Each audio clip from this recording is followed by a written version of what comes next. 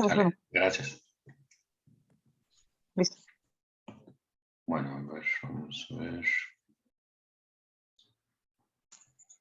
Está un poco Hola a lento. todos, ¿cómo están? Una disculpa por el retraso. Vamos a comenzar con el tema 2.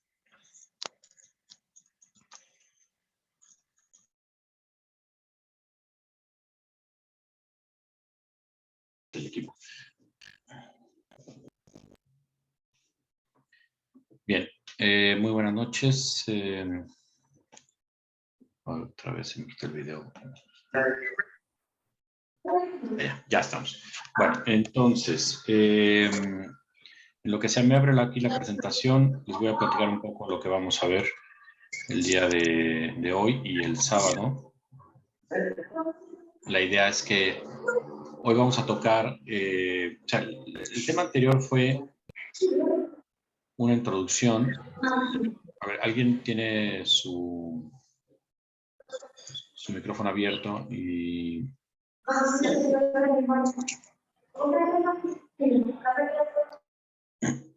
gracias. Entonces, el tema pasado fue una introducción general al tema de si es posible plantear un curso como este. En realidad ese fue el tema, porque lo que abordamos fue si acaso la actividad científica y la actividad de investigación científica y también actividades que se derivan de esa actividad científica, como puede ser la investigación y la actividad clínica también, si todo lo que conlleva a una actividad que tiene que ver con el estudio sistemático de la naturaleza, la gran pregunta es si eso está sujeto a límites. Si está sujeto a límites temáticamente y si está sujeto a límites operativamente. Es decir, temáticamente quiere decir que si los temas que aborda la investigación científica deben ser regulados, si hay un límite en los alcances del interés de la ciencia, en el conocimiento del mundo, y operativamente, si en los protocolos, en la metodología, no solamente en los temas, sino en la metodología, en los protocolos, en la implementación, en el desarrollo mismo de la actividad científica, si allí es posible establecer también límites. Claro que puesto así el tema, tiene mal mercado, porque a nadie le gusta que se le comience señalando cuáles son los límites de la actividad a la que uno se dedica. Sobre todo si ese supuesto límite está puesto por un profesional o una disciplina que es ajena a nuestra actividad. Entonces, allí, aunque es entendible, aunque es comprensible la preocupación de quienes han intentado ver cómo es el problema de los límites de la ciencia, ¿no? El enfoque debe cambiar. El enfoque tiene que ser un poco más propositivo, un poco más positivo, y en lugar de hablar de límites, que es una noción que tiene mucho que ver con cotos, con restricción, con puntos más allá de los cuales no se puede ir. O sea, es muy difícil ponerlo en positivo. Entonces, la noción misma se requiere un cambio para que pueda tener el sentido que se quiere con un acercamiento como el que estamos haciendo en este curso, un acercamiento de orden antropológico, orden filosófico, en una parte, y en otra parte ya técnicamente hablando de la ética de la investigación científica. Entonces, ese cambio de enfoque pasa por cambiar de noción. Quizá habría que transformar la noción de límite por dos nociones. Desde luego, una que puede saber a poco, puede alguien pensar, bueno, pero tampoco avanzamos mucho, ¿no? Que es la noción de alcances, ¿no? ¿Cuáles son los alcances? Esto puede desdibujar un poquito el sentido peyorativo de los límites. Y entonces todo el tema que vimos en el todo lo que abordamos en el primer tema, está girando en torno a eso. O sea, ¿cuáles son los límites o cuáles son los alcances de la actividad científica. Pero una cosa es que se planteen los alcances, digamos, de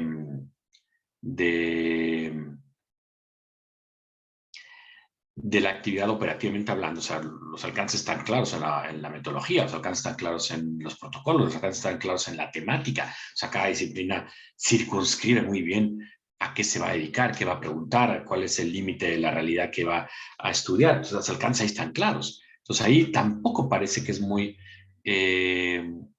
vamos, que es como muy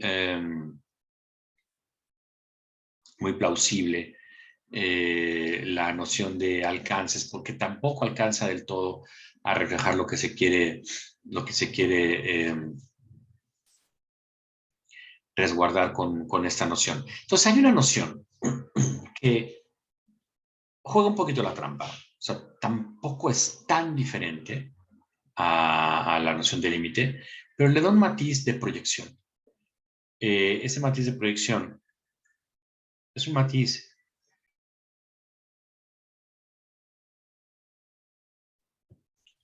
Salud. Perdón, espero haber cerrado a tiempo el micrófono.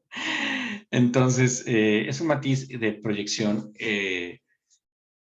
porque si bien habla de un límite, en cierto sentido, también habla en un sentido positivo de despliegue, que es la noción de horizonte. O sea, en realidad, lo que estamos abordando en el primer tema es cuál es el horizonte de la actividad científica. Es decir, hacia dónde se despliega. Y el desplegar sí que tiene, sí que conlleva una reflexión, porque se despliega uno desde lo que es hasta donde uno puede y hasta donde el entorno permite. Entonces, esa combinación de aquello que puedo llegar yo a ser a partir de lo que ya soy, en dependencia de dónde estoy, esa combinación de esos tres elementos es lo que me permite un despliegue. Entonces, en ese sentido, cuando hablamos de horizonte, de alguna manera podemos estar hablando de hacia dónde se dirige la actividad científica, qué es lo que busca la actividad científica, cuáles son las realidades con las que toca, con las que engancha, con las que engarza. Y eso es altamente reflexivo, genera un planteamiento muy rico en diálogo, en fin. Entonces, un poquito el tema uno fue ese, o sea, sí es pertinente en un curso como este, ¿no? ¿Por qué no es una reflexión filosófica, antropológica, inicial, ética acerca de la actividad científica? ¿Por qué no es un ejercicio ilegítimo? ¿Por qué no es un ejercicio inválido? ¿Por qué no es un ejercicio que sea infructuoso, ¿no? O sea, ¿cuál es el propósito, el sentido de hacer un ejercicio? Y la conclusión que hicimos, la conclusión que tuvimos de ese primer tema, o a la conclusión que quisimos llegar, espero que lo hayamos logrado y si no lo reafirmo en este momento, fue que la actividad científica forma parte de los intereses naturales de la racionalidad. La racionalidad humana plantea que hay un mundo afuera de nosotros que conocer, plantea que hay una verdad que descubrir, plantea que hay un orden que explicar, y eso ocurre tanto en el conocimiento ordinario, es decir, en el uso cotidiano de la razón, como en el conocimiento científico. Entonces, eso explica que la actividad científica sea un tipo diferente de actividad dentro del entorno de las inquietudes naturales de la mente humana, de las inquietudes naturales de la persona humana. Dentro de esas inquietudes hay diferentes maneras de proyectar esas inquietudes. Las hay inquietudes que se proyectan únicamente a mi día a día, ¿no? Quiero saber por qué me fue mal en el trabajo, por qué me fue bien en el trabajo, por qué esta persona ya no me habla o por qué esa persona me está buscando. Es decir, elucubrar para resolver, para solventar una inquietud de lo cotidiano. Bueno, así como ocurre en lo cotidiano, así ocurre en la investigación de la naturaleza, la investigación de la realidad. Entonces, en ese sentido, la investigación de la realidad se convierte en una especie de continuación, en la investigación científica, en la realidad, se convierte en una especie de continuación de lo que le interesa a la racionalidad humana. Entonces fue la primera conclusión. La investigación científica es un modo más de racionalidad. No es el mejor modo, no es el único modo, no es el más racional, ni mucho menos es un modo, uno de tantos modos de ejercer la razón. En este caso, preguntando a la naturaleza, para que nos responda la naturaleza con eh, las razones de su operar, ¿no? Bueno. Y la segunda conclusión es que así como cabe una reflexión sobre el horizonte ético de mi acción en el mundo cotidiano, es decir, yo puedo plantear una reflexión acerca de si hice bien o mal en no saludar a esa persona o en saludarla además, en ir a ese sitio o en dejar de ir, en conectarme o no conectarme, etcétera. Así como yo puedo preguntarme sobre si eso estuvo bien, si estuvo mal, si fue pertinente o no, si pude haberlo hecho mejor, así también la actividad científica, porque es parte del ejercicio, de los ejercicios de la razón. Entonces, si yo puedo preguntar éticamente de un campo de la razón humana como es el campo ordinario, me puedo preguntar éticamente también de otros ejercicios, entre ellos la investigación científica. Entonces, eso, digamos, las dos conclusiones dichas en un minuto a lo que llegamos, ¿no? ¿Qué vamos a ver entre hoy y el sábado?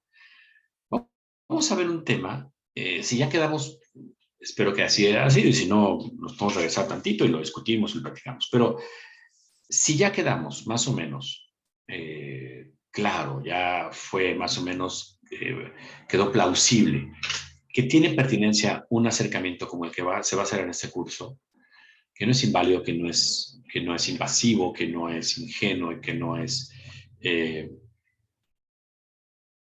que, que, que, tiene pertinencia, ¿no? Ahora venimos al tema más importante, porque si este tema que vamos a ver hoy el sábado no se resuelve bien, todo lo demás que vayan a abordar no tiene valía. No tiene valía, no tiene de dónde amarrarse. Sería simplemente una serie de opiniones personales de diferentes expositores, sin que eso tuviera un sentido. ¿A qué me refiero? Hoy lo que vamos a nosotros a ver, y ahora lo voy a compartir, ya que se abrió esto, es el tema de el ser humano. Es decir, ¿qué vamos a entender por ser humano? Porque aquí nos jugamos todo, nos jugamos ya no la pertinencia del curso, nos jugamos el sentido, la finalidad y el interés de todas las nociones que van a ver después. Porque si no quedamos claro qué entendemos por ser humano y qué noción de ser humano vamos a asumir, y esa noción de ser humano no permite concluir que la ética es uno de los ejes de la comprensión del ser humano, todo lo demás que se hable de ética durante este curso va a ser forzado, va a ser, como decía Nietzsche, una moralina, un pegoste, fruto de las filias y fobias de cada quien, de los condicionamientos culturales de cada cual, y no es el punto. O sea, lo que vamos a intentar mostrar, esperamos lograrlo, y para eso está el diálogo, lo que vamos a intentar mostrar es que es necesario asumir una cierta idea de naturaleza humana, más bien, una cierta idea de ser humano, una cierta concepción de ser humano, para aceptar cualquier tipo de planteamiento ético referido a cualquier tipo de actividad humana. Mucho más, en este caso, respecto a la normatividad de la investigación clínica. Porque la normatividad de la investigación clínica, como no esté fundamentada en el carácter ético, en el carácter antropológico, repito, será un conjunto de principios, normas y postulados que se le ocurrió a una persona y que nos va a pretender que la sigamos a pie juntillas, salvo alguna sanción, ¿no? Eso no es el sentido de la normatividad de investigación clínica, ¿no? Porque si ese fuera el sentido, bueno, pues la idea sería, se acaba muy rápido el curso, ¿no? Vamos a revisar diferentes normatividades que ha habido a lo largo y a lo ancho de la cultura occidental en los últimos 10 años y ya, hacemos un catálogo de normatividades y cada quien ubique dónde está la que él sigue o la que él pretendería seguir o la que no le gustaría seguir jamás y ya está. O sea, es un planteamiento bastante, digamos, bastante básico, ¿no? Y no es el punto. Entonces, eso es lo que vamos a intentar hacer, un acercamiento en poco tiempo, vamos a intentar que no porque sea breve deje de ser profundo, un acercamiento pertinente al ser humano para intentar mostrar que hay una cierta noción de ser humano plausible a asumir y que nos va a permitir, gracias a esa noción, nos va a permitir que podamos entender que es posible hacer un análisis ético de cualquier actividad humana y entre ellos la actividad científica y desde luego la actividad de investigación clínica. Entonces, hay muchos modos de acercarse a entender el ser humano, ¿no? Muchísimos, ¿no? Tantos cuantos corrientes de pensamiento hay. Aquí voy a explicar una en este momento, luego explicaré otras, pero voy a explicar una, porque este modo de acercarse a intentar entender al ser humano es un modo de acercarse bastante fructífero, porque le da a cada disciplina su propio enfoque, porque deja ver qué le interesa a cada disciplina observar, deja ver el alcance de cada disciplina, el horizonte que estamos diciendo de cada disciplina. Entonces podremos dividir en un cuadrante 4 diferentes opciones, ¿no? Si se quiere, en un cuadrante donde la parte superior estuviera hablando de exterioridades y la parte inferior de interioridades, la parte derecha estuviera hablando de carácter objetivo y la parte izquierda del carácter subjetivo. Eso sería un cuadrante, ¿no? Entonces, arriba podríamos poner aspectos exteriores del ser humano, abajo aspectos interiores del ser humano, del lado derecho podemos poner aspectos objetivos acerca del ser humano y del lado izquierdo podemos poner aspectos subjetivos del ser humano. Entonces, así hacemos eso, podemos tener 4 espacios diferentes, un cuadrante, ¿no? 4 espacios diferentes de intereses diferentes, ¿no? De intereses diversos. Entonces, en un primer cuadrante tendríamos en el cuadrante que conforman, o en el espacio que conforman el carácter exterior del ser humano y objetivo, ¿no? O sea, todas aquellas disciplinas que se interesen respecto al ser humano, de aquello que se revela exteriormente en el ser humano, de manera objetiva. ¿Qué quiere decir objetivo? No sé si lo mencioné la vez pasada, pero objetivo es un adjetivo que viene del latín objectum. Objectum, a su vez, es un adjetivo latino que se compone de 2 partículas. Iectum es el participio pasado del verbo iaccio, que es arrojar, lo arrojado, ¿no? Lo arrojado. Y ob es una preposición latina que en este contexto hace una función que se llama reduplicativa, es decir, de énfasis, ¿no? Por ejemplo, ob visum, visum es visto, y ob es lo, casi como decir lo doblemente visto, lo que no puedes dejar de ver, de ahí viene obvio, viene de obvisum, lo obvio. Lo obvio es lo que tienes aquí en las narices, o sea, lo que no puedes negar, lo que está enfrente de ti, ¿no? Bueno, porque el ob es una preposición que hace énfasis en ese adjetivo. Bueno, pues objectum es lo aventado, lo arrojado, lo puesto ahí, lo puesto allí, ¿no? Objectum quiere decir lo imposible que no esté puesto ahí. O sea, lo que está puesto ahí, tan enfrente de ti, que es imposible que no lo veas. O sea, lo que está puesto ahí para todos. De ahí viene objetivo. ¿Qué es lo objetivo? Lo que es claro para todos, lo que nadie niega, lo que es indiscutible, lo que es seguro, lo que prácticamente, eso, nadie puede negar. Eso es lo objetivo, ¿no? Encontrar lo subjetivo, que es lo subjectum, lo que está puesto ahí para mí, ¿no? Para el sujeto, lo que está puesto así para el sujeto, no no puesto allí para todos, sino puesto para el sujeto. Lo que es para mí, lo que me parece a mí, lo que tiene que ver conmigo, etc. Bueno, entonces, el cuadrante de la exterioridad objetiva, hablando del ser humano, hay diferentes disciplinas que se han interesado en el ser humano solamente en su aspecto, digamos, indiscutible, que se puede probar, que se puede medir, que se puede palpar, que aquello del cual podemos estar hiperseguros desde un punto de vista exterior.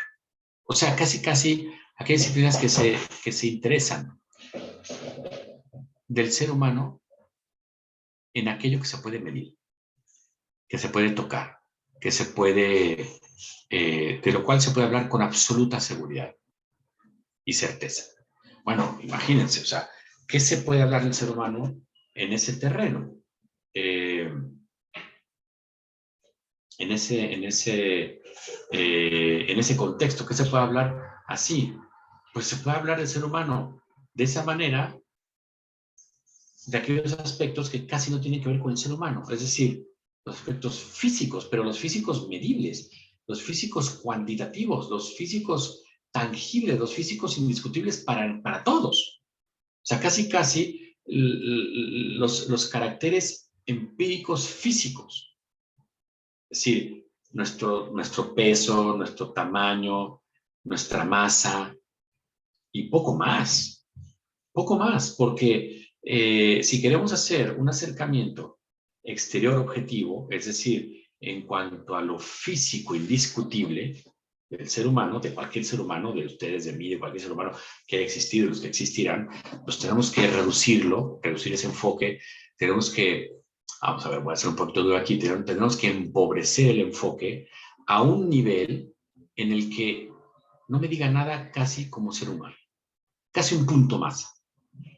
Porque un objeto como una piedra, un objeto como un rifle, un objeto como un edificio, un objeto como una estrella, los puedo yo tratar desde su exterioridad objetiva,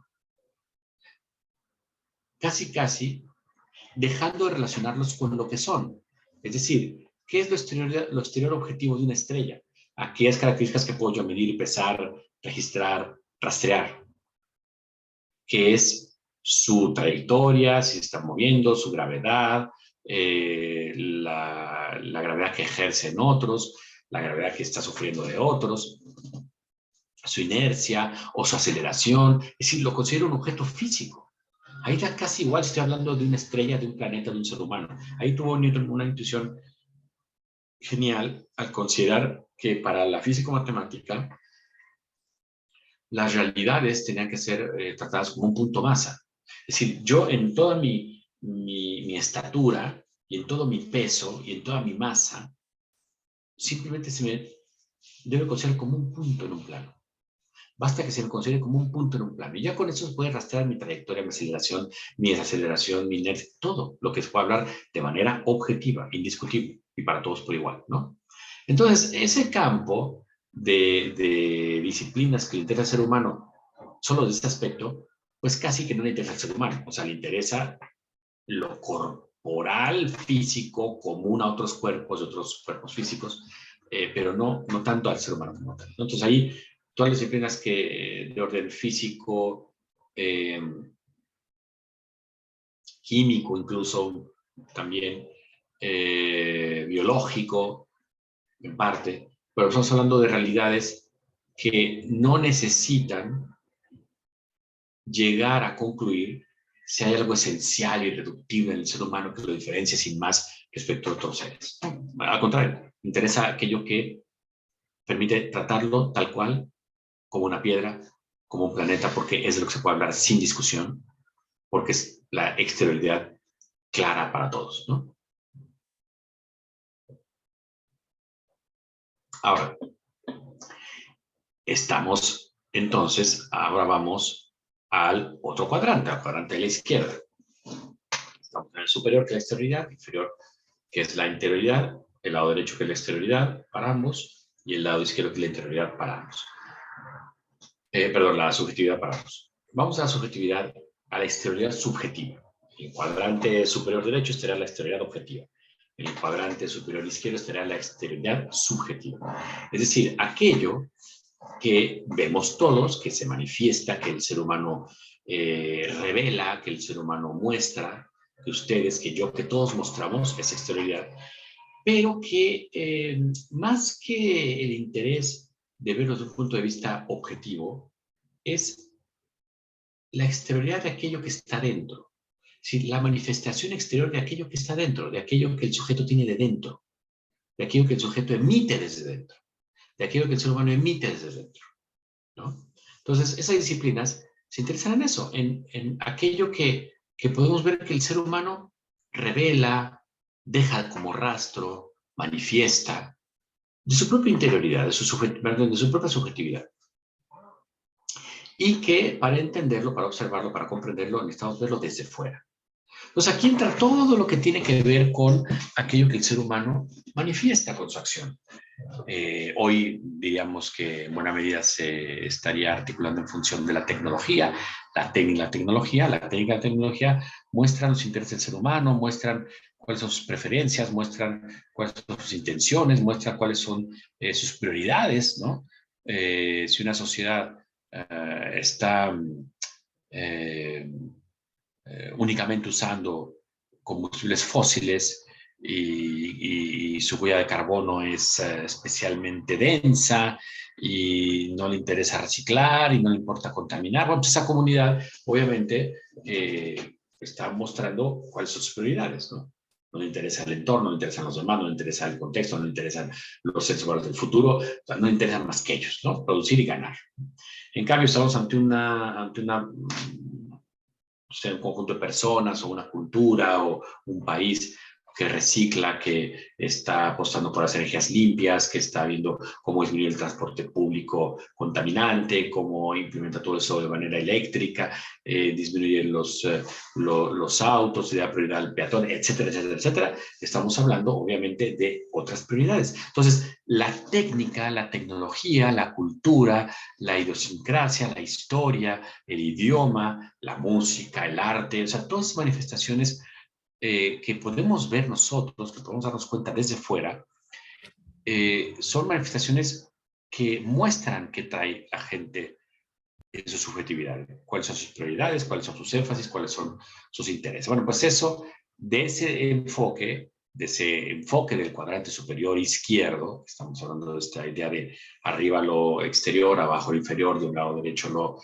subjetivo, lo objetivo, del lado izquierdo lo subjetivo. Bueno, con ese cuadrante superior izquierdo se ocuparían disciplinas que tienen que ver con sacar una fotografía a la cultura humana, es decir, o una película, da igual, o sea, que yo quiera ver, a ver, ¿qué hicieron los mayas? ¿Qué les interesaba a los mayas? ¿O cuáles eran las prioridades de los babilonios? ¿O por qué el pueblo romano no fue un pueblo especialmente filosófico, sino más bien un pueblo práctico? ¿O por qué los egipcios tuvieron ese desarrollo digamos, de organización estratificada o con estamentos que luego se fue permeando otras civilizaciones? Es decir, lo que me interesa es cuáles sean las prioridades, cuáles son los intereses, a partir de lo que puedo ver, de las manifestaciones de lo que puedo ver, de la tecnología, de la cultura, etcétera, ¿no? O sea, si me encuentro yo con una piedra de sílex despostillada en un yacimiento de hace 2 millones de años, me puedo dar cuenta, viendo esa piedra despostillada, cuáles son las prioridades de ese sujeto, qué estaba buscando, qué tipo de presa quería hacerse él, ¿no? Qué tipo de herramienta puede hacer con esa piedra. En fin, una serie de cosas que nosotros vemos porque el otro nos revela, ¿no? Y eso, hay disciplinas que se ocupan de eso, otras disciplinas que tienen que ver con este tipo de manifestaciones, como la sociología, como la historia de las culturas, obviamente, de todo aquello que le intenta, quiere asomarse a las hechuras humanas, ¿no? Bueno, vamos al cuadrante de abajo, a la parte de abajo, ya no la exterioridad, ahora la interioridad, que no es lo mismo interioridad que subjetividad. O sea, la interioridad son los componentes de dentro, la exterioridad son los componentes hacia afuera, los componentes advertibles desde fuera. La interioridad son los componentes integrantes, los que te constituyen. La interioridad tiene que ver con la constitución desde dentro. Bueno, hay una constitución, obviamente interna, estudiable objetivamente, y hay una constitución, obviamente interna, estudiable subjetivamente. Es decir, el interior del interior. El interior constitutivo, pero interior. Mientras que el otro enfoque, interior objetiva, es el interior que no lo hace ser a él, sino que lo hace ser. No sé si me explico con esto. El interior que no me explica a él en particular, sino que me lo explica a él. Por ejemplo, cuando yo hablo de que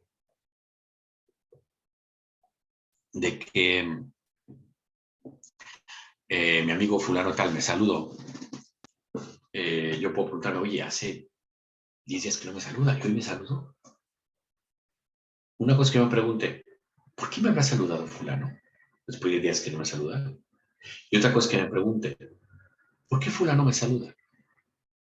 Porque en la primera pregunta, ¿por qué me habrá saludado fulano si hace 10 días que no me saluda? Estoy rastreando algo que tiene que ver con él en especial. Con él, con él en lo particular, más que en especial. Con él en lo particular. Como persona individual. Porque los demás sí me saludan. Él no me saluda hace 10 días y yo me saludo. Y es que cuando digo, lo que me pregunto es, ¿por qué me saluda? Estoy hablando de por qué él como ser humano saluda. ¿Cuál es la causa de que el ser humano salude? Y él, por ser humano, que salude. Pues hay un enfoque de la interioridad objetiva que se preocupa del constitutivo, digamos, que hace ser a cualquiera, del constitutivo de cualquiera de los seres humanos, del constitutivo de todo ser humano. Eso tiene que ver con la naturaleza humana, con la esencia, con lo que nos hace ser a cualquiera de nosotros, con lo que hará ser humano a cualquiera de los que nacerán dentro de 10, 15 o 20 mil años. Por aquello que ha hecho ser humano a aquellos que ya no están con nosotros y que eran homo sapiens y que se comportaron como tales. Es decir, la esencia. De esto se ocupa, entre otras disciplinas, la filosofía, la antropología filosófica también. Mientras que la interioridad subjetiva, esta es muy peculiar, porque esta no es constitutiva per se de cualquier sujeto, sino que es lo que hace ser este sujeto él. Es decir, aquello que lo peculiariza, que lo individúa, que no me permite, que permite que no me confunda. Pero en su interior, no en su exterior. No una cicatriz, no una cojera, no el tamaño diferente de un brazo con otro. Es decir, no una seña particular, ¿no? Esa es la interioridad objetiva. Perdón, esa es la exterioridad subjetiva. ¿No? Pero bueno, otra repetimos esto. No desde fuera, sino desde dentro, la interioridad. La interioridad. Lo que tiene una persona desde dentro y que solo es él. Eso es casi inexpugnable. Mis pensamientos más profundos, mis convicciones más seguras, mis dudas más terribles, mis temores, mis alegrías, que no necesariamente revelo, no necesariamente se da cuenta el otro. Hay gente que toda su vida o una buena parte de su vida andan con un gesto adusto, ¿no? Hay algunos personajes que podemos incluso recordar, ¿no? Políticos y tal, que tienen un gesto adusto, un gesto como si están enojados, ¿no? Y que uno sabe qué rayos tiene en la cabeza, si está enojado, está tranquilo, está feliz. Otros que saben con poker face, ¿no? No pasa nada. No se muestran impávidos, ¿no? Nada les afecta. Y vete a saber qué drama traen adentro. Bueno, pues eso no sabemos, eso es parte de la interioridad subjetiva. Es decir, una interioridad de la cual se interesan las disciplinas que están entrenadas en saber llegar a lo que a ti te inquieta, a lo que a ti te preocupa, a lo que a ti te mueve, a lo que a ti te estimula, a lo que a ti te atrae, lo que rechazas y lo que apruebas, lo que te llena y lo que te deja vacío. O sea, eso, la psicología es el típico ejemplo de disciplina que se interesa por ello. Bueno, ¿nosotros en qué cuadrante vamos a estar? En estas reflexiones acerca del ser humano. No en las de exterioridad objetiva, porque tenemos que decir muy poco. El ser humano es un punto masa, ¿no? En un plano cartesiano. No. No en el de la exterioridad subjetiva, porque no nos interesa hacer una recolección de cómo se ha comportado, cómo se ha manifestado, cómo ha actuado, cómo ha pensado el ser humano. No es un curso de historia, no es un curso sociológico. No vamos a medir tendencias o corrientes o pronunciamientos o constantes o sorpresas en el comportamiento humano. No, no es el interés de esta disciplina, no es de este curso y fundamentalmente de este módulo. No es el interés. Tampoco nos vamos a interesar, porque no son estas herramientas, en la interioridad subjetiva. Porque no vamos a hacer aquí una introspección, ni vamos a hacer aquí una sesión de diván, ni vamos a intentar hacer un grupo de autoayuda, donde cada quien... No, vamos a hacer un diálogo, obviamente, los puntos donde vamos a entablarlo, pero no para curar a nadie, ni para que alguien sea consciente de sus traumas y complejos, heridas y cuestiones o sellos que va arrastrando. No es el interés. Eso tiene un campo, hay profesionales que se dedican a esto, hay gente que le ha llevado cientos de años ya, estos enfoques tienen cientos de años ya, estudiar la peculiaridad de cada quien, ¿no? No, nos interesa el de la interioridad objetiva. Es decir, ¿qué hay constitutivo en los seres humanos que los hacen ser a cualquiera de ellos? Que los hacen ser seres humanos. Si es posible llegar a esos constitutivos internos de cualquier ser humano, sin los cuales no se explicaría que hubiera ser humano, ni que actúe ni que no actúe. Si esto no lo logramos, si no somos capaces en este curso, porque no soy capaz en este curso, y en el diálogo entre todos, de llegar a concluir que hay una interioridad objetiva y en qué consiste, repito que todo lo demás que vayan a ver sobre principios éticos y protocolos y tal, será un cuento chino montado en alfileres que vale lo mismo que la plática de un barman. Así.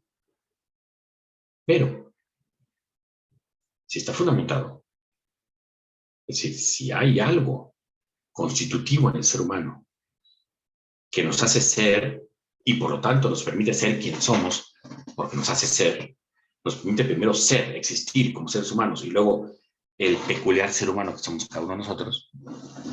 Si eso es así, si existe ese constitutivo de interioridad objetiva,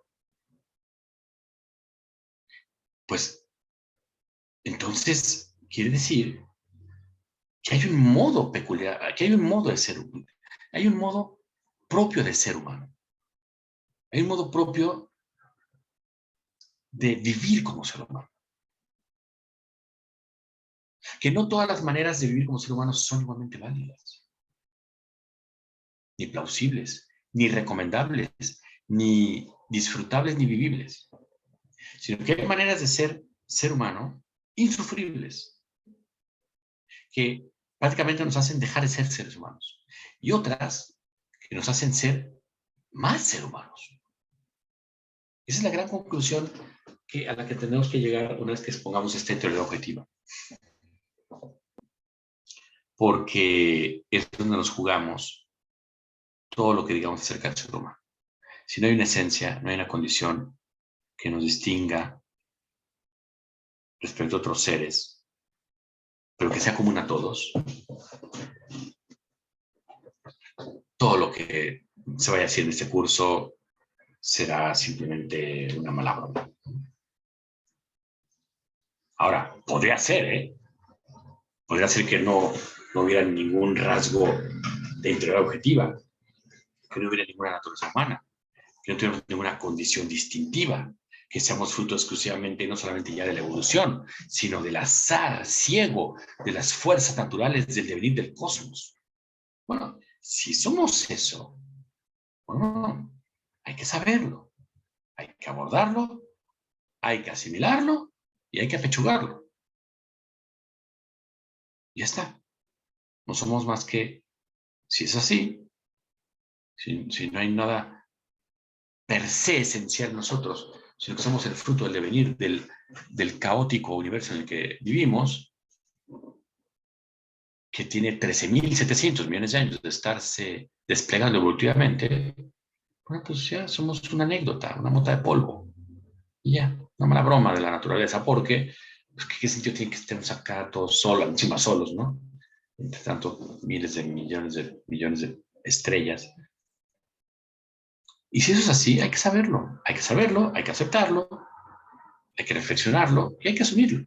Pero si no es así, si sí tenemos una esencia humana, cuidado, porque si sí tenemos una esencia humana, una condición que nos peculiariza en el ser y por lo tanto en el modo particular que cada uno de nosotros es, entonces eso tiene serias implicaciones, muy serias implicaciones. No cualquier acción humana es buena, no es plausible cualquier escenario para el ser humano, debe elegir entre ciertos escenarios y acciones y otros no, tiene que saber decantar y es un criterio para hacer. Y eso ya mete una serie de reflexiones posteriores. Obviamente, ya, como dicen en España, se me ve el plumero, o sea, ya se ve por dónde va mi exposición personal, la opinión de la cátedra. Lo que voy a intentar argumentar es por qué me parece plausible que el enfoque que debe hacerse respecto al ser humano en un curso de ética y normatividad de investigación clínica tiene que ver con la integridad objetiva. Eso es lo que vamos a intentar mostrar. Bueno, pero este enfoque que he dicho, que nos ha llevado todos estos minutos, casi la hora completa, la primera hora, este enfoque, pues, es muy sugerente, nos divide los cuadrantes, los intereses de cada disciplina. Yo puedo jugar a rastrear dónde entran. Yo soy ingeniero, ¿dónde entra mi interés por el ser humano en este cuadrante? Pues no, parece que no es el de historia objetiva. O sea, al ingeniero no le interesa el ser humano, ¿no? Oye, y a la tecnología, ¿no? O al ingeniero industrial, ¿no? ¿Dónde está? ¿No? Pues tampoco parece que el interior es objetivo, pero realmente el ser humano no le interesa. Sí, pero cuando hablas de que vas a hacer ya una interfaz hombre-máquina, donde vas a poner un implante coclear, donde vas a intentar que un ciego vea, ahí ya no nada más es pura esterilidad objetiva, porque no es lo mismo que le pongas un implante de cara a un sujeto que la ha perdido por X razón, un accidente, un ataque, etcétera, como el caso de una persona hace muy poco, ¿no? Que sufrió el ataque de su perro y la desfiguró, le quitó la cara, hizo un trasplante de cara de un fallecido. Bueno, no nada más es una cuestión técnica, decir, no, a ver, señor, yo me encargo de quitar la cara, hacer un super corte milimétrico y luego ponérsela y hacer un tutru y entonces coserle muy bien y que aquello impecable no se note la cicatriz. Eso es lo que yo me encargo. Ahora, si eso va a traumar, si vas a tener un susto cuando se vea al espejo, si no se va a reconocer, si, etcétera, etcétera, etcétera, eso ya no es asunto mío. No, no se puede poner así. Porque hoy en día la tecnología ya no es solo tecnología, es biotecnología, es nanotecnología, es infotecnología. Y todavía refería al ser humano. Entonces, es importante plantear si tenemos una naturaleza o no, que nos va diciendo qué ruta seguir y cuál ponerle entre paréntesis y cuál de plano ni acercarse, como seres humanos. Entonces, esa era como la reflexión. Pero repito, este cuadrante es muy didáctico, es muy es muy amigable, si ustedes quieren, se puede aprender mucho, hacer ejercicio, a ver dónde entra mi profesión, etcétera, respecto al ser humano, ¿no? Que tenga como interés el ser humano, a veces que digan, no, pues es que ni le interesa el ser humano a mí, mi profesión no me interesa, yo soy, no sé, eh, ingeniero de caminos, ¿no? Pues que el ser humano ni pinta, ¿no? Bueno, podría ser que en medio se pudiera meter por la ventana, ¿no? Pero esto que estoy diciendo es porque hay que recordar, no solamente que es pertinente como sino hay que asumir que para hacer un enfoque como el que vamos a hacer en este curso, se requiere de una cierta noción de ser humano. Y eso tiene que ver con el constitutivo interno que nos hace ser a cualquiera de nosotros, que es de la teoría objetiva. Pero repito, este cuadrante que es muy didáctico, es muy exitoso. Uy, ya no funciona esto ahora. Para pasar. A ver. Enseñar grabado. Necesito. Uy, se trabó. Bueno. Ahí voy a dejar compartir y luego lo poner así. A ver si así. Voy a poner otra vez.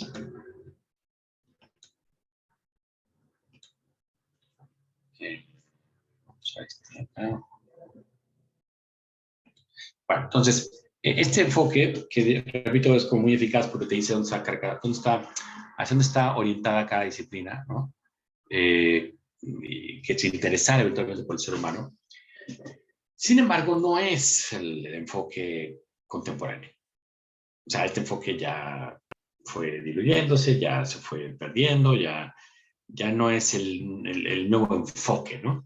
Hoy hay otros enfoques que te dicen, a ver, para entender qué es el ser humano necesitamos un acercamiento no solamente multidisciplinar, sino interdisciplinar, que es diferente. Ahorita voy a explicar eso. Y que es un enfoque que me permita hablar del ser humano, así sea la profesión que yo tenga, del ser humano de manera interdisciplinar, de manera que yo tenga una perspectiva de él, ¿no? No es lo mismo hablar de un ser humano desde la perspectiva de la primera persona, de la segunda persona o de la tercera persona. ¿Qué diferencias hay? Bueno, pues les propongo que hagamos un descanso de 10 minutos, ¿no? Y regresamos a ver qué diferencias tiene, porque vamos a hacer un cambio importante de temática, ¿no? De enfoque. Entonces, si quieren, hacemos un cambio un descanso de 10 minutos y, y continuamos. ¿Les parece? Déjenme ver nada más. Ups. No puedo realizar el curso. Bien. Sí, dejo de compartir. Ahí. Ya está. Bueno, entonces vamos en 10 minutitos. Aquí.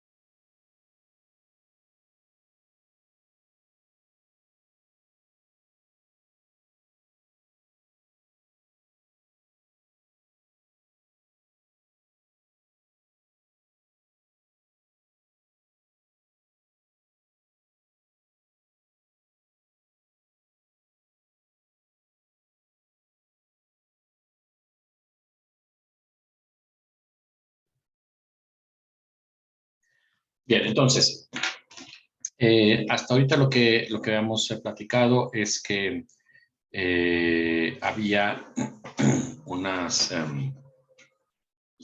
manera, diferentes enfoques para interesarse sobre el ser humano y que podamos dividir esos enfoques que ha habido culturalmente en 4 diferentes enfoques, ¿no? Quien se acerca al ser humano exclusivamente desde el punto de vista de su exterioridad física, que sea indubitable, que sea medible, que sea tasable, etc. Quien acerca al ser humano desde el punto de vista de su exterioridad subjetiva, es decir, sobre todo aquello que de manera externa nos damos cuenta de lo que es el ser humano, aquello que de manera externa advertimos acerca del ser humano, que es lo que tiene que ver con la cultura, con las fiestas, con las tradiciones, con las idiosincrasias de los pueblos, los regímenes políticos, etc. Luego, desde el punto de vista de la interioridad, todo lo que tiene que ver con el carácter objetivo, interioridad como constitutivo. Una interioridad objetiva sería aquello que me constituye desde dentro a mí y a cualquiera, ¿no? Por hechos de seres humanos. Mientras que una interioridad subjetiva sería aquello que me constituye no como ser humano, sino a mí en lo personal, ¿no? Toda no solamente mi carácter o mi temperamento, porque eso si apretamos un poquito hasta podría ser de la interioridad objetiva, sino mi peculiaridad, o sea, lo que a mí, las fobias que tengo yo no las tiene el vecino, las preferencias que tengo yo no las tiene el vecino, mis éxitos no son del vecino, entonces es lo que a mí me hacen yo, ¿no? Bueno, eso también se interesa una serie de disciplinas que son fundamentalmente en torno a los rasgos psicológicos, ¿no? Pero decíamos una cosa importante, este no es el único enfoque que hay, y es más, no es el enfoque contemporáneo, este tipo de enfoque de acercamiento en este cuadrante, pues fue muy exitoso hasta los años 80, 90. Luego empezó a haber otro tipo de enfoques que priorizaban otro tipo de elementos del ser humano, de elementos que tienen que ver con la perspectiva desde la cual se le ve al ser humano y que son enfoques muy actuales que aluden más a la interdisciplinaridad.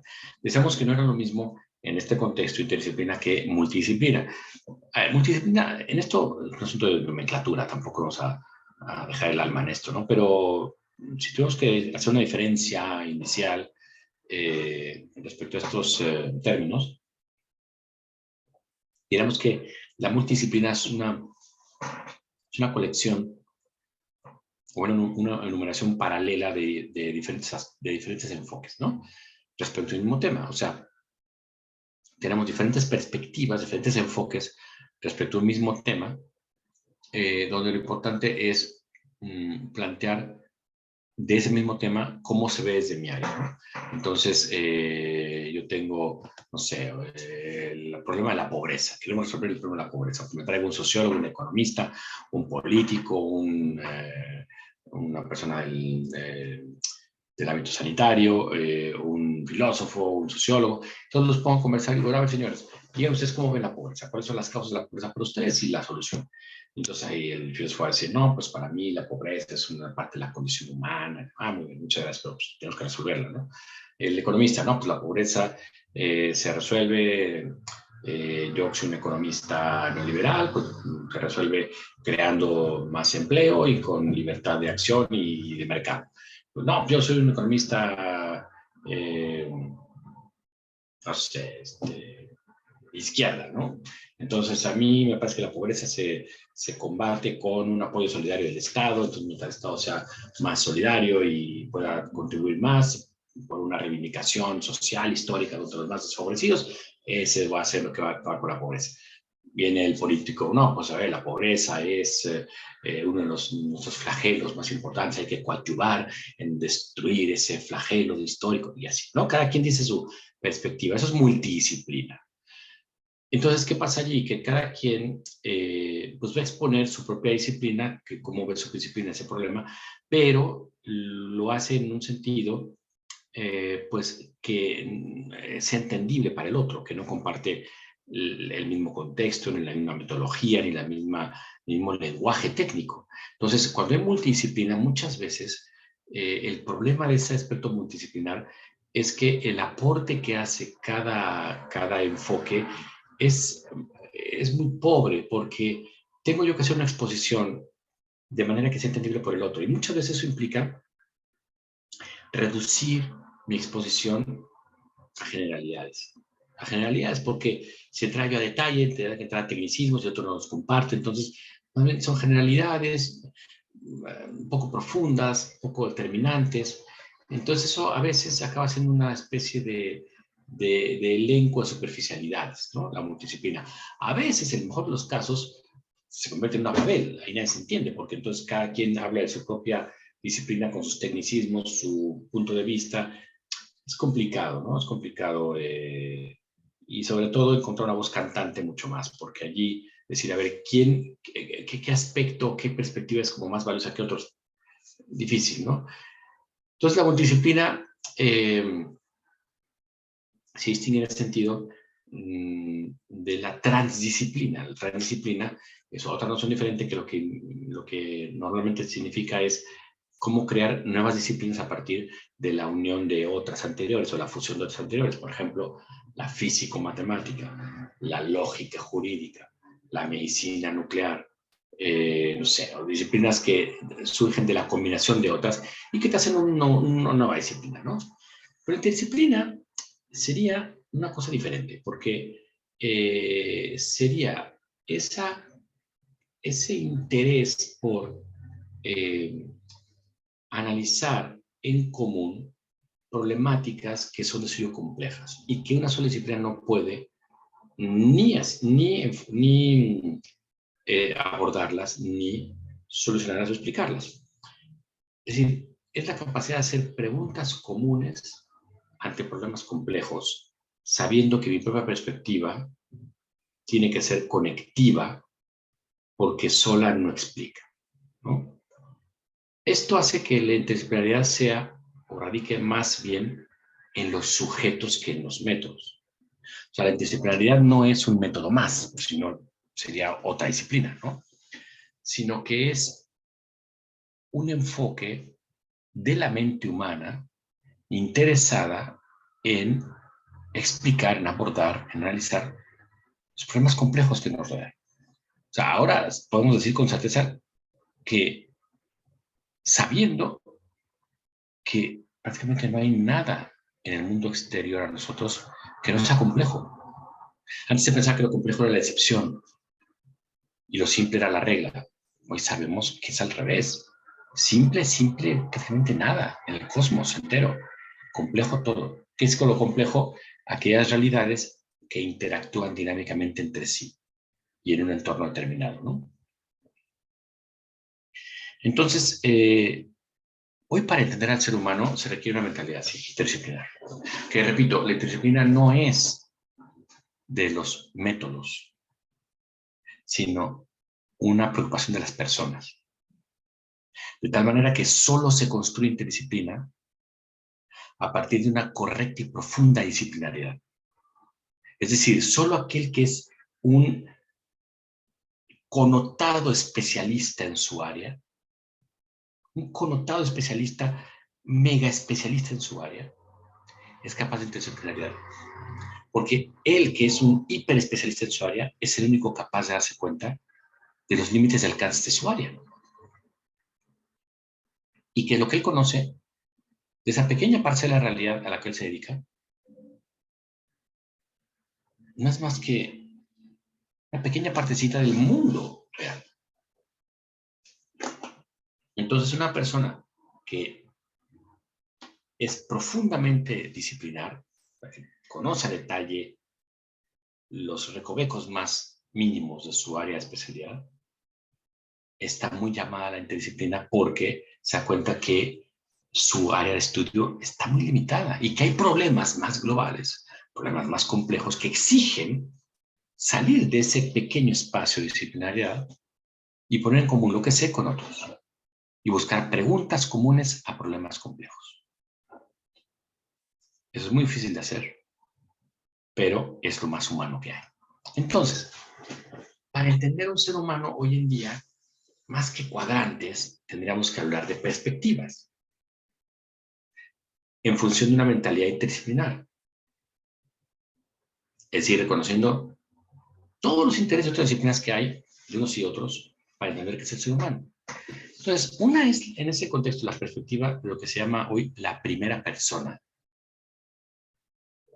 que es todo aquel campo al cual se interesan, o respecto al cual se interesan las disciplinas, que lo que quieren es estudiar todo aquello que viene del yo, que se manifiesta del yo, desde el yo. Bueno, aquí los fenómenos mentales en particular, la problemática personal, ¿no? Serían ese primer enfoque, que contrasta con la perspectiva de la segunda persona, que es estudiar al ser humano en cuanto a sus realidades de relación, no respecto del yo, sino del tú.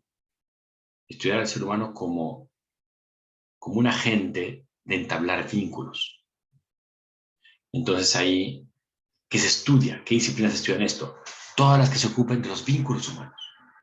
Jurídicos, económicos, políticos, etnológicos, idiosincráticos, idiomáticos, religiosos, que sea. O sea, que el enfoque que le interesa estudiar relaciones del tú con el yo, ¿no? Y una tercera persona que se interesa. No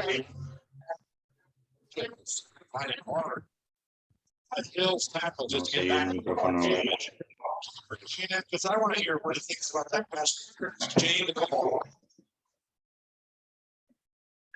Entonces decía yo, una tercera persona que es el enfoque en el cual se interesan esas disciplinas que no quieren estudiar el yo ni al ser humano como un tú, sino al ser humano como un él, casi como un ello, ¿no? O sea, tomando distancia. No me interesa su subjetividad, no me interesa cómo percibe el mundo, no me interesa cómo comparte el mundo, no, me interesa cómo se encuentra en el mundo. Entonces, en ese sentido, se interesan sobre el ser humano disciplinas que tratan la objetividad empírica, ¿no? La medicina,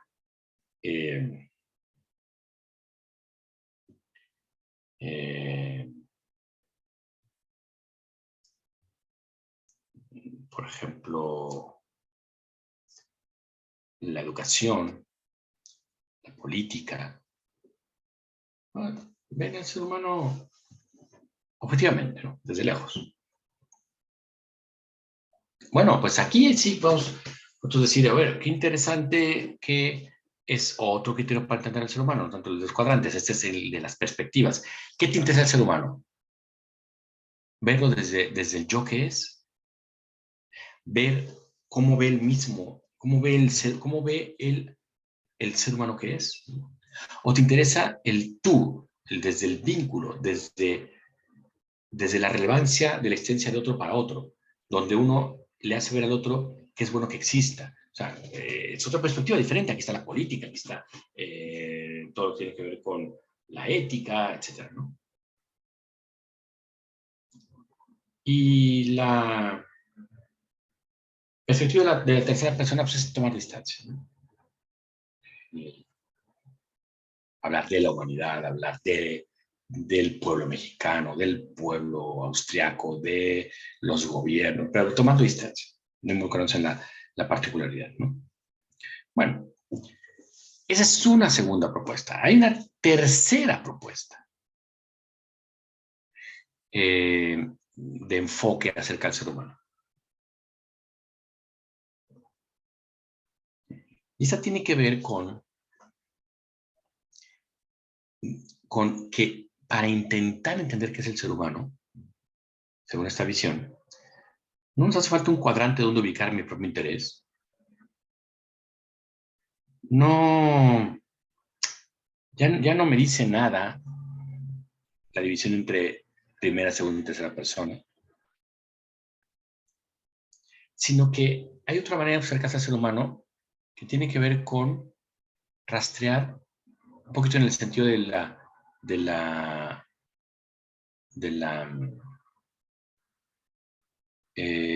interioridad objetiva, rastrear qué nos hace humanos, qué características, qué constantes, qué condiciones, qué acciones nos revelan como seres humanos. Que no nos revelen como animales, que no nos revelen como entes en el espacio, no, como seres humanos, como persona humana. Entonces, eso implica encontrar ciertos rasgos característicos, distintivos, que para algunos autores se reducen a estos tres y se articulan de la siguiente manera. Es decir, corporear, racionalidad, sociabilidad. Dicen, en cuanto a esto, las características que nos hacen seres humanos tienen que ver primero con lo que traemos al nacer. O sea, aquello que no está a mi disposición o aquello que no está sujeto a mi manejo o a mi intervención, ¿no? Lo que yo traigo de fábrica, por decirlo de alguna manera. Y en tres características que yo traigo de fábrica, hay una en particular que es importante rescatar porque parece que la vivencia de esa característica ha acompañado al ser humano desde siempre y le ha permitido crecerse ante la presencia de esta característica, que es la vulnerabilidad. Vulnerabilidad que se desprende de que la primera dimensión del ser humano, según esta propuesta, es la corporeidad. Es decir, el ser humano es irremediablemente, inexcusablemente corporal. No hay manera de plantear que es un ser humano si no es corporalmente, o sea, corpóreo, ¿no? Corporalmente. Y de ahí se desprenden muchas cosas, porque una persona que es de carne y hueso, obviamente se da cuenta, y eso lo hemos visto muchas veces, se da cuenta que ese ser de carne y hueso lo puede hacer errar. Es decir, que hay gente que se equivoca, ¿no?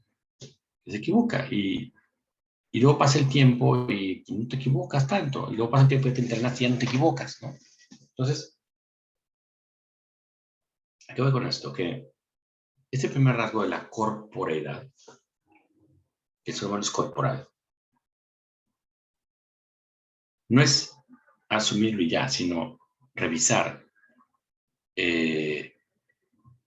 cómo vivía mi horizonte corpóreo, por no decir límites, mi horizonte corpóreo, cuando era yo pequeño, cuando era yo adolescente, ahora que soy adulto, bajo la idea de que ubiquemos que la racionalidad, entendida como una de las dimensiones humanas, se vuelve el requisito más importante para poder mantenernos al margen de las pulsiones instintivas, de los escenarios incontrolables. Es decir, siendo un poquito a Kant habla de esto, la racionalidad es una capacidad que vamos teniendo los seres humanos ejerciéndonos de manera más perfecta del tiempo, que en buena medida nos permite diferenciar las realidades, ¿no? Es decir, la corporeidad es una situación humana irrenunciable. ¿Y qué se desprende de eso? Bueno, que tengo una edad, que tengo una caducidad, que me vaya a morir a una fecha determinada.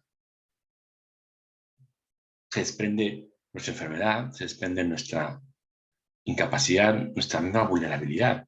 ¿De qué se desprende? Pues de que somos físicos.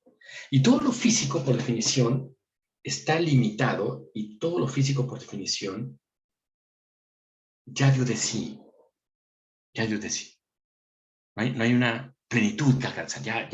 Se usó para lo que servía, ¿no? Y para lo que no servía, no se usó. Entonces, la corporeidad es una condición humana que me hace poner los pies en la tierra de que no hay manera de quedarnos aquí sin pausa como seres humanos. Por tanto, el ser humano es biográfico. va cambiando en el tiempo, va asimilando el exterior de manera diferente a cuando tenga 5 años, a cuando es adolescente, a cuando es adulto, a cuando es anciano. Va cambiando su perspectiva. ¿Por qué va cambiando? Porque, en primer lugar, porque todavía conserva una corporeidad que le permite advertir el entorno, verlo, entenderlo, preguntarse. ¿Por qué una persona así eh,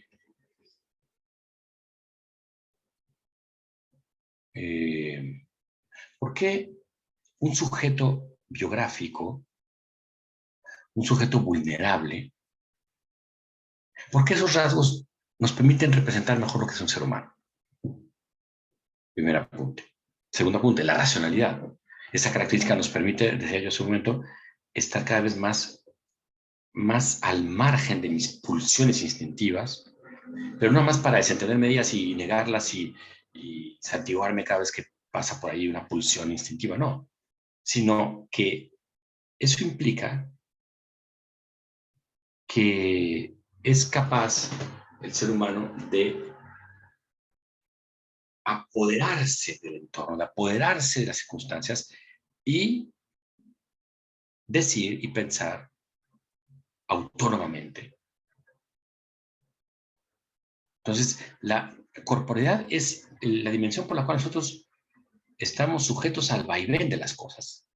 Estamos a expensas del vaivén de las cosas, porque la realidad no es estática, es dinámica.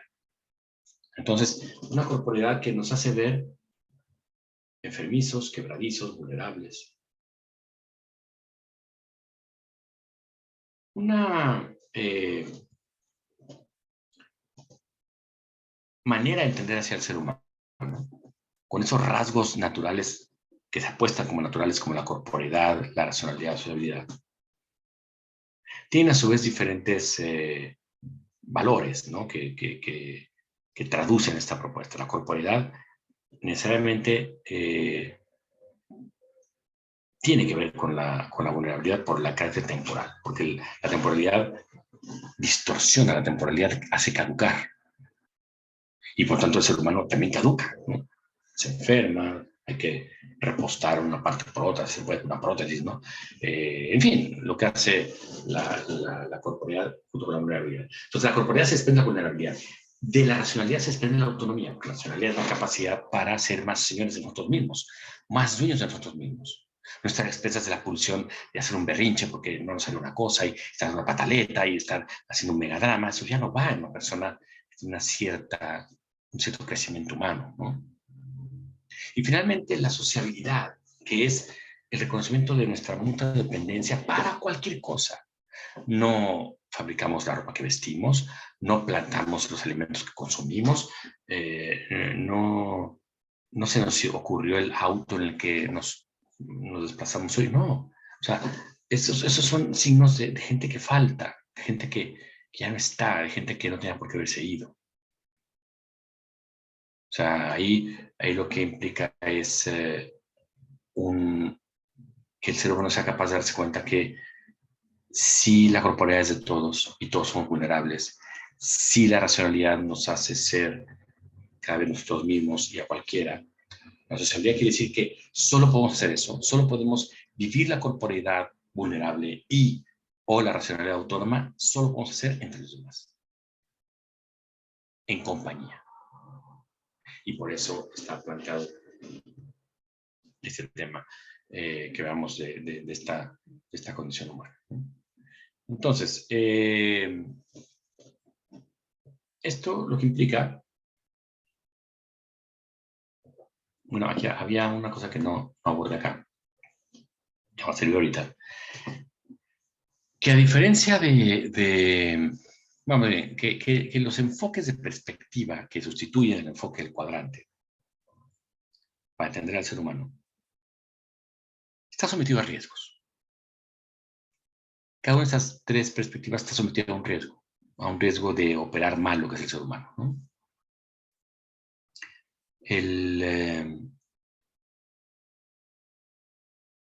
Podemos de alguna manera visualizar que el ser humano se entiende mejor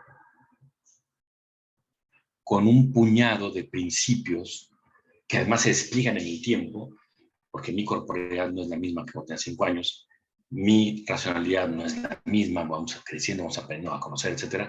Y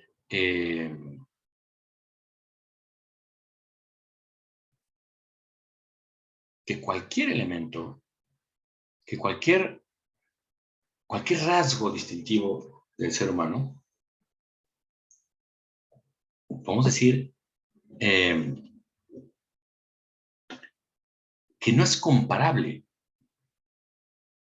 a como si hace una fotografía que se hace un video. Es decir, saber que hay 3 perspectivas, eso genera riesgos. ¿Qué riesgo?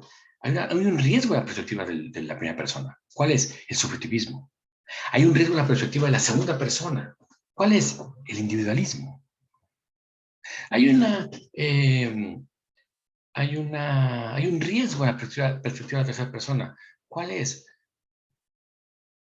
El reduccionismo materialista.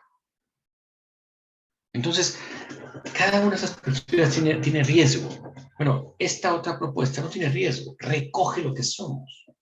De tal manera que nos reconocemos como un todo, donde estas dimensiones las separamos didácticamente, pero somos socialmente corpóreos, somos racionalmente sociales, somos vulnerables, somos corpóreamente racionales. Es decir, tenemos una combinación de estas dimensiones que es imposible de deshacer.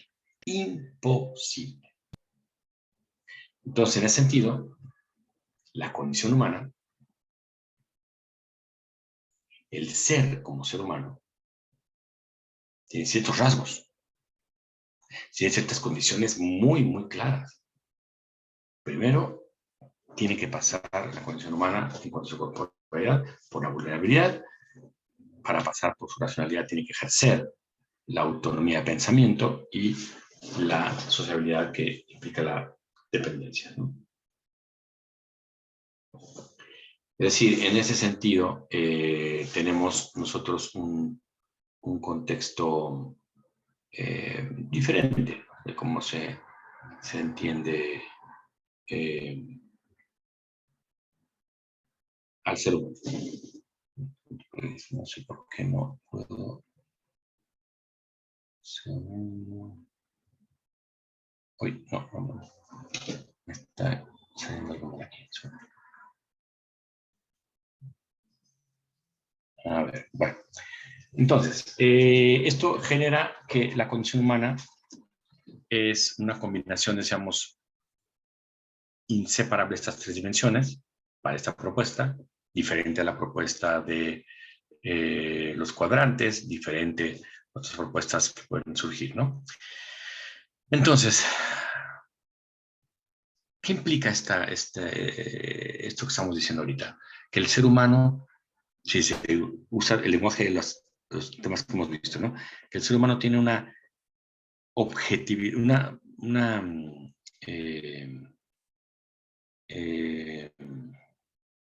se me fue ahorita el ser humano tiene una exterioridad y una interioridad que están llamadas a no solamente ejercer, sino a convertirse en la mejor versión de sí mismo. Porque lo que hace que el ser humano sea temporal, hace, por ser corpóreo, es temporal, porque al ser corpóreo tiene límites, todo lo corpóreo tiene límites, ¿no?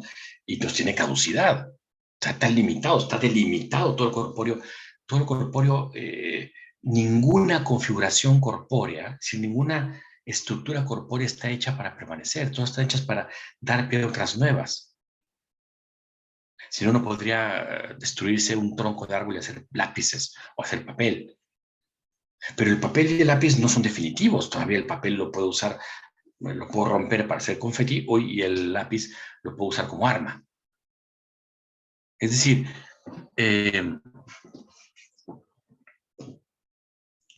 cuando hablamos del mundo temporal, estamos hablando del mundo vulnerable, biográfico, cambiante. Estamos hablando del mundo biográfico, corporal cambiante, ¿no? Bueno, eso implica que un sujeto que se da cuenta que el ser humano es eso, o que cree que el ser humano es nada más eso, que es temporal, que es cambiante, etcétera, bueno, se puede una imagen un poco miope, ¿no? Pero por eso mismo, en el caso de la corporeidad, la racionalidad, la sociabilidad, se espera que sea un ejercicio de esas facultades a tal grado que obtenga yo, que genere yo la mejor versión de mí y el otro sea, y yo reciba del otro la mejor versión de él, ¿no? Entonces, es un cambio de paradigma. No es lo mismo estos rasgos comunes, naturales, constitutivos, que hablar de perspectiva, que hablar de cuadrante, que no. Sino aquí estamos metidos de tal manera que si entendemos que son unas perspectivas intrínsecamente unidas, didácticamente separadas, pero intrínsecamente unidas, entonces para vivir esta condición humana, mezcla de corporeidad vulnerable, biográfica, desplegable en el tiempo, pues también de una racionalidad que me va siendo más dueño de mí mismo, me va haciendo menos expensas de los instintos, más capaz de enseñorarme de mí, incluso de mi propia corporeidad y vulnerabilidad, pero que eso no se aprende en soledad, sino que se comparte en compañía. Aprendo yo a ser menos vulnerable o a gestionar mi vulnerabilidad, viendo a los otros, viendo al que lo supera, viendo al audaz, o viendo, ¿no?, a los modelos de ser humano. Entonces esto implica que ser humano no solamente es tener una serie de condiciones que me pueden meter en un cuadrante, ¿no? O ser humano simplemente es el resultado de una perspectiva desde la cual alguien me lee. No, ser humano es una condición que exige una serie, a su vez, de actitudes para vivir, para vivirse. O sea, es una condición que exige un cierto talante para ser vivido. Y esto pasa por una serie de habilidades, de capacidades de bien vivir, de buen vivir, la condición humana. Entonces, repito, para no perdernos, para entender al ser humano, hay muchos caminos. Hoy por hoy, uno de las últimas exploraciones contemporáneas de hace unos años para acá, pero pocos años, es concebir al ser humano como un sujeto cuya naturaleza se compone de diferentes dimensiones: corporeidad, racionalidad, sociabilidad, que a su vez implican determinados fenómenos o determinados efectos. De la corporeidad se desprende la vulnerabilidad, de la racionalidad se desprende el crecimiento en autonomía, de la sociabilidad se desprende la interacción en interdependencia. De tal manera que sería muy difícil entender al ser humano sin esto. Bueno, pues, enfilando ya al final de esta sesión, habíamos dicho que aquí nos jugábamos el futuro del curso, todo el diplomado. Si no hay una naturaleza humana, todo lo que se diga acerca de regulación o no regulación, comités que tienen que decidir si esto es ético o no es ético, sería un prejuicio. No.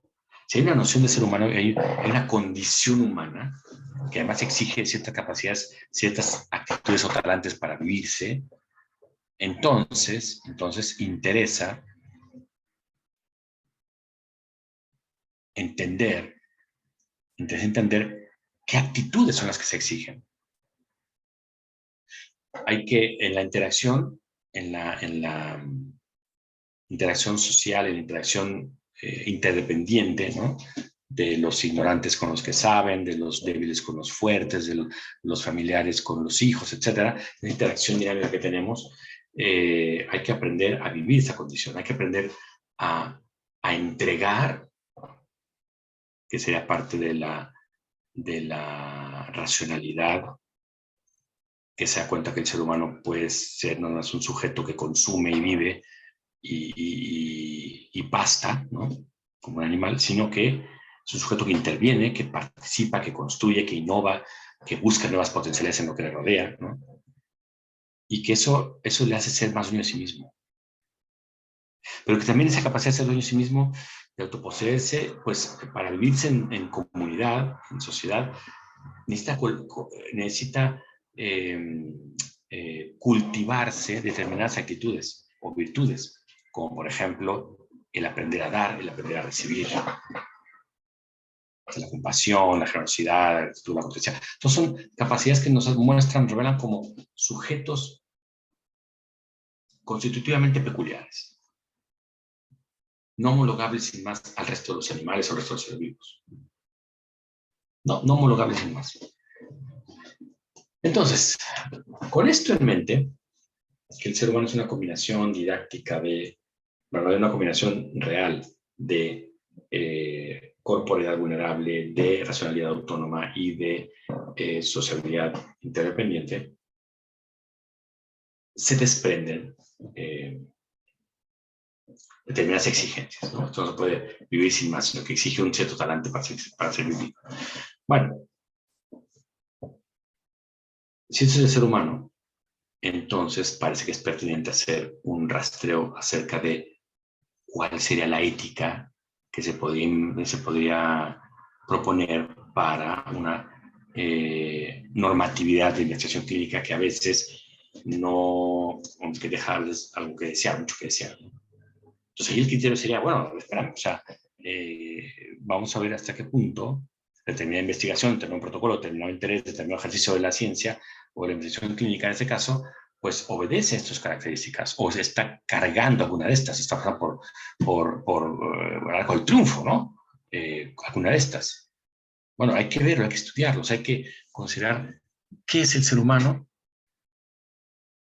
y a partir de ahí saber cómo vivir el ser humano que somos, y eso con criterios. Porque aquí los criterios son los que van a marcar qué tipo de ser humano queremos ser, ¿no? Les dejé yo bueno, hay un material de apoyo, más que apoyo, hay un caso que hay que leer pasado. De una situación real donde se escribe una circunstancia que se vive por una persona ante la vulnerabilidad ajena, ante la propia vulnerabilidad, pero a su vez ante el crecimiento de autonomía racional propio de la otra persona y fundamentalmente al final el sinsentido que será nuestra existencia si no hubiera esta interdependencia social. Tenemos ya 3 rasgos para conocer al ser humano, para entenderlo. Es pertinente entenderlo, es pertinente ubicar en qué consiste, es pertinente identificar la condición humana, es pertinente. O sea, no es inválido, no es ilegítimo, no es inútil, es pertinente. ¿Cómo a partir de ahí se construye? ¿Cómo a partir de ahí se visualiza? ¿Cómo a partir de ahí se conceptualiza lo que es la condición humana? Bueno, pues eso intentará de alguna manera ilustrarse con el caso que les dejé y sus materiales, etcétera. Pero es un poco lo que tenemos que decir como una primera aproximación, ¿no? El ser humano es de esas realidades que pueden estudiarse per se, pero también yo involucrado como ser humano. Y esa realidad lo que me revela es que somos todos nosotros vulnerabilidad corpórea o corporeidad vulnerable, racionalidad autónoma y también sociabilidad interdependiente. Es poco, bueno, dice mucho, pero no lo dice ahora, ¿no? Esto tiene que ver con muchas nociones que van a ir saliendo del curso, pero que ahora ya sabemos algo. Es posible establecer una naturaleza humana. Es posible establecer un criterio. Es posible establecer, si ustedes quieren, cuál es el punto de esa asíntota que se acerca cada vez más a ser un ser humano en plenitud, aunque no lo alcance en todo. Es el punto precisamente de el querer ser mejor, el querer ser más, ¿no? Como condición humana. Bien, si gustan, pues vamos a dejar aquí el tema para no dejarlo partido con lo que vendría a continuación. Hay unos minutos si alguien tiene una duda, comentario, crítica, aportación, lo que fuera, ¿no? Lo podemos abordar en estos minutitos que nos quedan. Y solamente quisiera insistir en la lectura que tiene ahí un caso donde pretende ilustrar un poco cómo las condiciones humanas que hemos mencionado nos constituyen lo que somos, ¿no? Y que entonces eso nos haría realmente peculiares y diferentes. Hay un libro por ahí, a ustedes les interese, les digo el título, es un libro durísimo, durísimo, durísimo.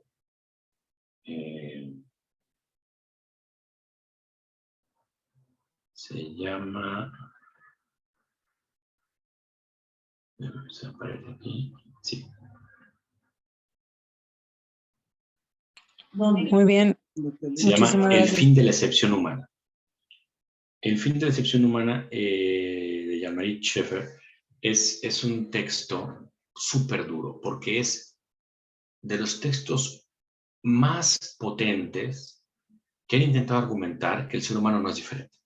Es uno más, es un objeto más en el entramado de la naturaleza, en el devenir del cosmos biológico, es uno más. No tiene nada de peculiar, no tiene nada de distinto.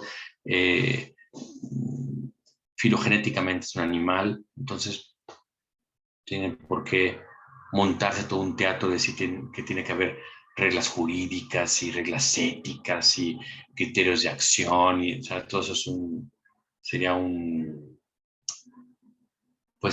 parte del comportamiento exótico de un animal exótico, ¿no?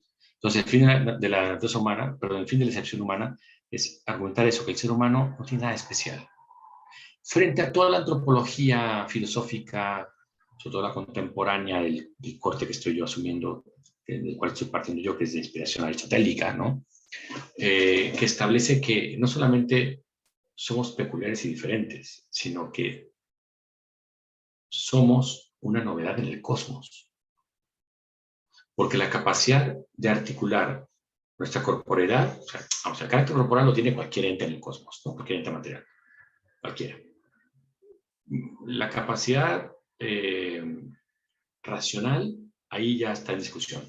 Hay todo un tema de la racionalidad animal, etc.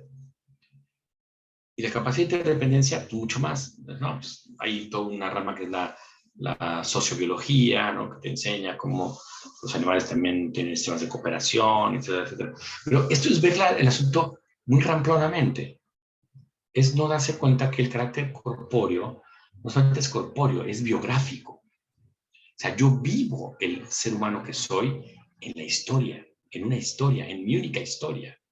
Yo tengo una única versión de lo que es la realidad, que es la que vivo yo. Y que no la puedo vivir y no la puedo expresar y no puedo articularla para afinarla en función de lo que oigo de otros sin interdependencia intersubjetiva, sin dependencia intersubjetiva. Y que eso a la vez me va haciendo cada vez más capaz en el tiempo, porque no razono igual a los 5 años que a los 12, que a los 18, que a los 40, que a los 50, que a los 90, me va haciendo cada vez más capaz de entender y comprender. Esa es la racionalidad autónoma. Bueno, esa condición es una novedad del cosmos. No la tienen las estrellas, no la tiene el cúmulo estelar, no tiene el cúmulo de galaxias más grande jamás imaginado que quieran, porque ese cúmulo de galaxias solo es materia y no decide. No decide, no es libre, no es autónoma. Obedece al devenir de las causas físicas que lo mueven y lo integran. Entonces, no solamente somos especiales, es la tesis que intentaré quede más o menos fundamentada al finalizar de estos 3 temas que vamos a ver, pero sobre todo el sábado. No solamente nos hace diferentes, nos hace únicos. Y el carácter único imprime un talante, imprime una cierta condición que exige ser vivida, como Dios manda, entre comillas, ¿no? Como debe ser vivida. Y entonces, esa es la naturaleza humana. Y si eso es así, entonces el ejercicio ético es muy, muy importante. Porque el ejercicio ético respecto de la investigación clínica o respecto de la compra de un auto o respecto del consumo de un yogur o la fabricación de una bomba atómica, nos está poniendo en condiciones de preguntarnos si las acciones que realizamos nos hacen más seres humanos, nos hacen mejor seres humanos. Entonces, vuelve pertinente la pregunta de si somos seres humanos esencialmente diferentes al resto de la realidad o no. Pero bueno, es una discusión que abordaremos en su momento.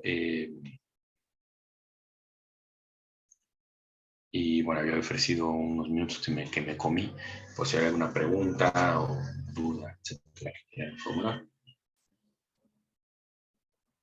Es el momento. Muchas gracias, Héctor. Buenas noches, Humberto López.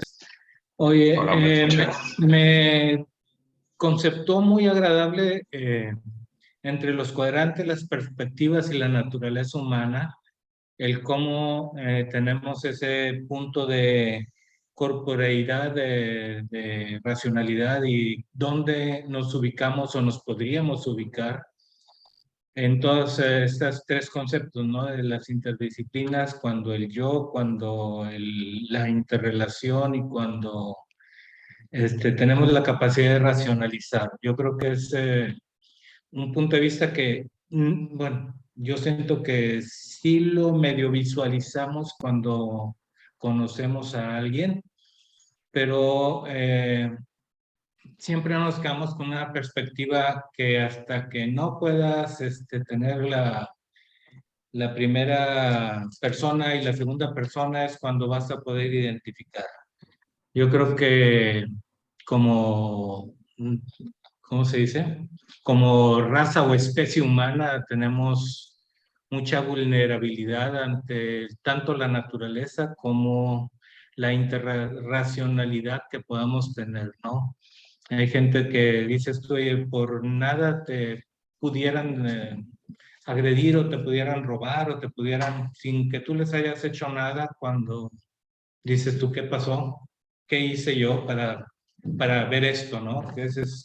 Ahí es donde dices tú, bueno, es una pequeña disyuntiva, pero es una naturaleza humana. Mencionaste una propuesta A, pero pensé que iba a haber una propuesta B. Sí, la hay, pero esa la veremos el sábado. Sí, o sea, a ver, un poco reconstruyendo todo ya en conjunto, ya que avanzamos un poquito. A ver, la idea aquí es mostrar, hay muchas maneras de acercarse al tema de qué es el ser humano. Una manera muy exitosa durante muchas décadas fue de los cuadrantes, una reflexión filosófica, ¿no? Que me permitió ubicar dónde estoy según la profesión a la que me dedique, qué tanto me acerco a uno u otro aspecto. Luego, eso se fue sustituido un poquito más bien por un enfoque de perspectivas, depende de dónde te pongas, ¿no? Esto, por ejemplo, de si alguien me hace daño, bueno, pues, pero ponte, no lo veas tú como la víctima, ponte también en sus zapatos, ¿no? Ponte también en el papel de la primera persona, cómo lo está viendo él, o de segunda persona, no nada más como la tercera persona.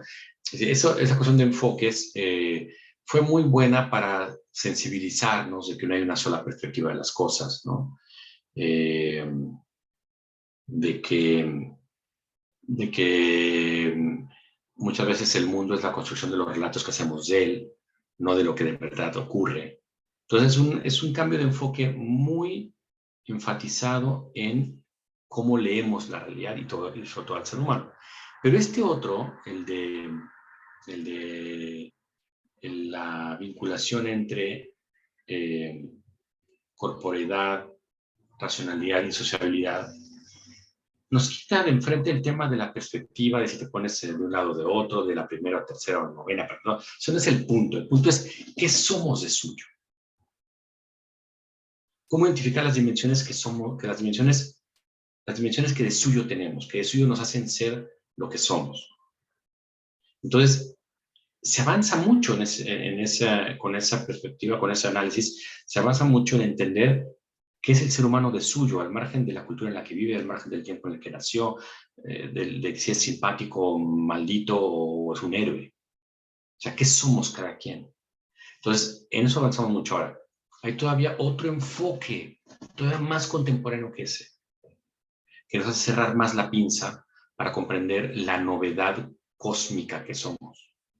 Y más que eso, pues no se trata nada más de mostrar novedades cósmicas, sino sobre todo para entender, para poder plantear si es que de esa novedad cósmica que somos se desprende algún tipo de privilegio valórico.